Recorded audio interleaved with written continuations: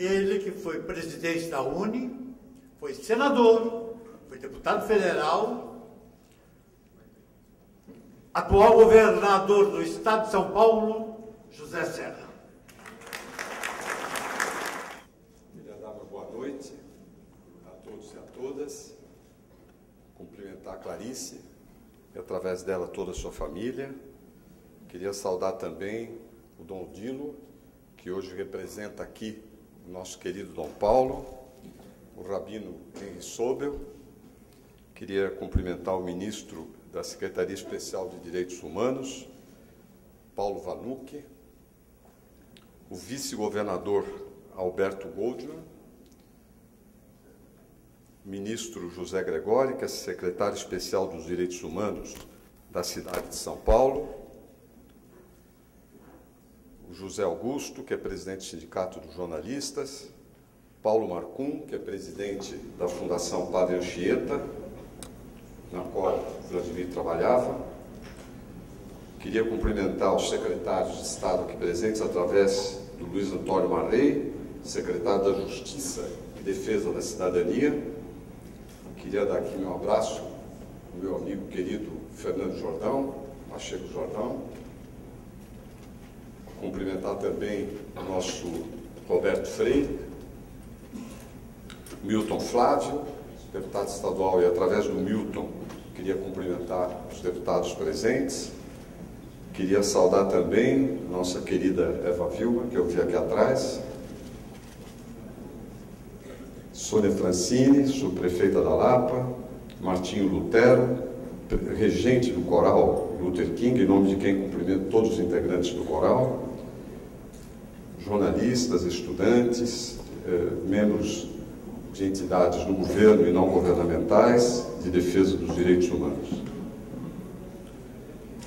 Eu fiz questão de preparar uma fala a respeito deste instituto, da criação desse instituto, que representasse ao mesmo tempo uma visão do governo de São Paulo a respeito da pessoa e do papel que teve na nossa história, que foi o Vladimir Herzog. Algo como que uma espécie de documento do governo de São Paulo. Esta cerimônia é um ato, na verdade, de criação, voltado para o futuro, testemunho de uma vontade de contribuir para o que há de melhor neste país.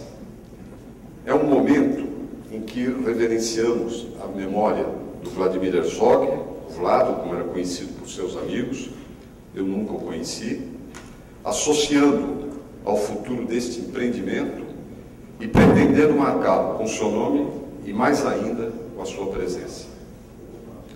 O que este instituto virá a ser no futuro não depende do passado, mas sim do que seus organizadores e futuros colaboradores vierem a fazer. Eu creio, eu espero mesmo, que o nome do Vlado servirá como fonte de inspiração para coisas boas e construtivas, como estímulo para ideias inovadoras e boas iniciativas. Além de razões pessoais de seus amigos e familiares, evidentemente, reverenciar a memória do Vladimir Herzog se justifica por motivos políticos e por motivos morais. Do ponto de vista político, sua morte nas mãos do aparelho repressor do regime militar foi um marco decisivo no processo de distensão então desencadeado pelo general Geisel, pois provocou uma confrontação decisiva com os setores mais duros do regime, que resistiam a qualquer forma, por mínima que fosse, de liberalização, a chamada abertura lenta, gradual e segura anunciada pelo governo militar que acabava de começar. Não é à toa, aliás, que vários presos daquele período ouviram, dentro do doicote, a afirmação de que o objetivo da ação repressiva era identificar e derrubar autoridades supostamente condescendentes com a ação subversiva, ao patrocinar pequenos gestos liberais, com a nomeação do próprio Vlado para a direção de jornalismo da TV Cultura. Por certo, as coisas depois não mudaram de um dia para o outro. As detenções arbitrárias continuaram. As agressões e torturas contra detidos políticos também. E prosseguiram os assassinatos. Houve outros assassinatos, inclusive em 1976, mais de um ano depois, como em torno daquela famosa reunião de dirigentes do PCdoB no bairro da Lapa.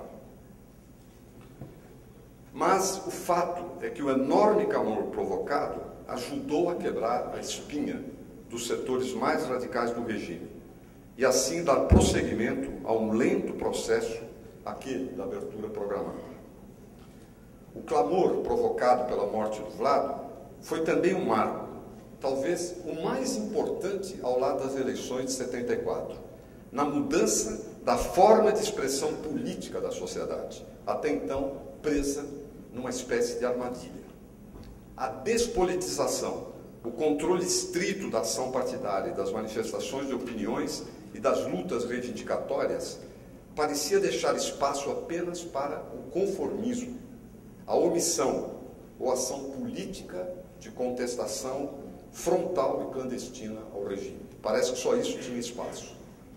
Mas a reação da sociedade, que teve na presença de muitos, de tanta gente, no enterro e no culto ecumênico da Praça da Sé, seu primeiro grande ato público, mostrou que era possível fazer oposição e defender a democracia de modo pacífico, quase silencioso, como exigia o sentimento de luto, mas ao mesmo tempo corajosa, firme, clara nos princípios que defendia e na condenação a qualquer forma de violência como instrumento da ação política.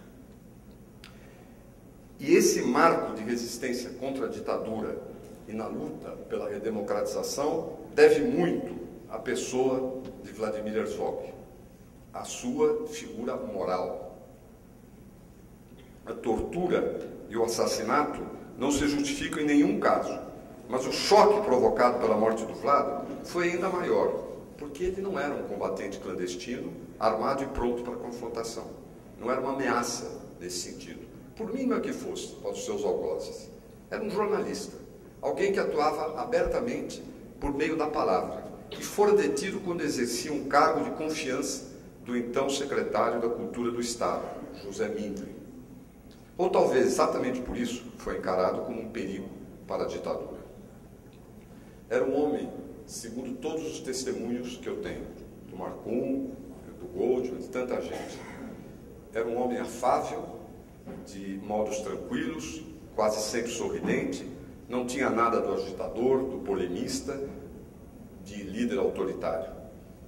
Isto acabou elevando a repulsa moral ao regime. Não havia mais recuo possível. Se o Vlado tinha morrido vítima da repressão, ninguém poderia se sentir seguro, pois não havia limites para a violência da ditadura. O ato na Sé mostrou que havia espaço para uma oposição moral, intelectual e política ao regime militar, que essa oposição expressava os sentimentos da imensa maioria e que seria tanto mais eficaz quanto mais ampla e mais pacífica, superando as divisões ideológicas sem perder a firmeza e a clareza do objetivo comum, a volta à democracia. O culto e o enterro foram atos de serena coragem, de superioridade moral da sociedade civil sobre um regime antidemocrático e cruel. Um movimento que levaria a ditadura a sucessivas derrotas eleitorais, ao ressurgimento da luta sindical e, finalmente, a campanha das diretas e a eleição de Tancredo Neves. Para não dizer da própria anistia, da qual eu fui um dos beneficiários depois de 14 anos de exílio.